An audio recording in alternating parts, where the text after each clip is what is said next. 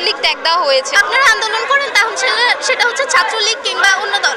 আমাদের থ্রেট দিয়ে আসছে যে তোমরা কি করবা করো, আমরা দেখে নেব তোমাদের। বিষয়টা হচ্ছে এরকম যে আন্দোলন করলে আপনি হচ্ছে অপোনেন্ট পার্টি। যখন আওয়ামী লীগের সময় আপনারা আন্দোলন করছিলেন তখন রাজাকার না হয় বিএনপি, আর এখন যদি আপনারা আন্দোলন করেন তাহলে সেটা হচ্ছে ছাত্রলীগ কিংবা অন্য দল। এটা কেন? আন্দোলন করলে সে কি বিপরীত দল হয়ে যায়? যে প্রথম আলোকে যে তারা একটা বক্তব্য দিয়েছে যে ছাত্রদলের সাথে ছাত্রলীগের অর্থাৎ নিষিদ্ধ সংগঠনের যে একটা হচ্ছে গিয়ে ক্ল্যাশ হয়েছিল, এই বিষয়টা সম্পূর্ণ ভিত্তিহীন। সাধারণ শিক্ষার্থীদের ছাত্রলীগ ত্যাগ দেওয়া হয়েছে, বাট এখানে কোনোভাবেই কিন্তু ছাত্রলীগ আমাদের ক্যাম্পাসে এখন নাই। আমাদের ক্যাম্পাস সম্পূর্ণ রাজনীতি মুক্ত ঘোষণা করা হয়েছিল। এই আন্দোলন আমাদের অবশ্যই চলমান থাকবে, কারণ আমাদের প্রশাসন আমাদের কোনো কথা শুনছে না।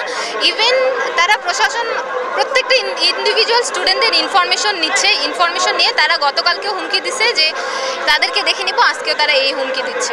কালকে যখন আমাদের 30 জন প্রতিনিধি ভিতরে স্যারদের সাথে বৈঠকে গেল, সেটার আদতে এখন পর্যন্ত কোনো ফলপ্রসূ আলোচনা হয় নাই।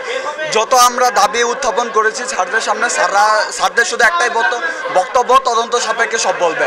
এবং আমরা স্যারদের কাছে বলেছি যে তদন্ত হইতে কতদিন সময় লাগতে পারে। স্যাররা 7 কার্যদিবস চাইছে, কিন্তু কথা হলো সেটার ফল প্রকাশ করতে নাকি আরও সময় লাগতে পারে।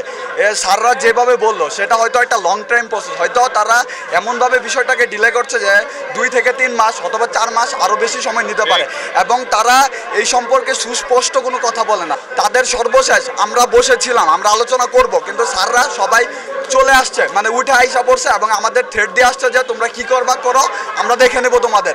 এটা বললে তারা বিসি স্যার সহ বাকি যারা টিচার ছিল সবাই একসাথে বের হয়ে গেছে, কিন্তু আমরা কিন্তু তখন স্টিল ওইখানে বসেছিলাম যে আমরা স্যারদের সাথে আলোচনা করব। গতকালকে আমাদের টিচাররা আমাদের 30 জন প্রতিনিধিদেরকে ডেকেছিলেন। এখন এই 30 জন প্রতিনিধিকে ডাকার পরে তারা প্রথমত কি করছে, একটা ফর্ম ফিল আপ করাইছে। ফর্ম ফিল আপ করায় তারা তাদের নাম, আইডি, ফ্যাকাল্টি অর্থাৎ সহজ কথায় পরিচিতি নিছে। ইভেন তারা ফোন পর্যন্ত জব্দ করে নিছিল। এখন তাদের মনে কোনো ধরনের যদি ভীতি না থাকে তাহলে তারা কেন ফোন জব্দ করবে? প্রথমত দাবি হচ্ছে গিয়ে যে বিশ্ববিদ্যালয়ের প্রক্টর বডির যারা আছে, যারা স্টুডেন্টদের নিরাপত্তা নিশ্চিত করতে পারেনি, তাদেরকে পদত্যাগ করতে হবে। ক্লাস পরীক্ষা তো আমরা বয়কট করছি, আজকে আমাদের 3 দিন হয়ে যাচ্ছে। আর প্রশাসনিক ভবনে আমরা 2 দিন আগে রাতে তালা দিয়েছি, এবং সব ফ্যাকাল্টি হল, মানে আমাদের হল থেকে হলগুলো খোলা আছে, ফ্যাকাল্টিগুলো আমরা তালা দিয়েছি। এটা বন্ধই ছিল, সারা রাতও বন্ধ ছিল, গতকালকে বন্ধ ছিল, আজকেও বন্ধ ছিল, এবং আমাদের দাবি না মানা পর্যন্ত এগুলো সব বন্ধই থাকবে। আমাদের মেইন দাবিটা হচ্ছেন আমাদের প্রক্টর স্যার, প্রথমে ছিলেন প্রক্টর স্যার পর্যন্তই, তারপর আস্তে আস্তে অন্যান্য স্যাররাও, আমাদের রেজিস্ট্রার স্যার যিনি আছেন তিনিও আমাদের বিরুদ্ধে রাষ্ট্রদ্রোহী হিসেবে আখ্যায়িত করলেন। তারপর আমরা তার পদত্যাগও আমরা দাবি করা শুরু করলাম। তো উনি সহ আরও কয়েকজন টিচার আছেন, ওনাদের পদত্যাগ, এটা হচ্ছে আমাদের মেইন দাবি।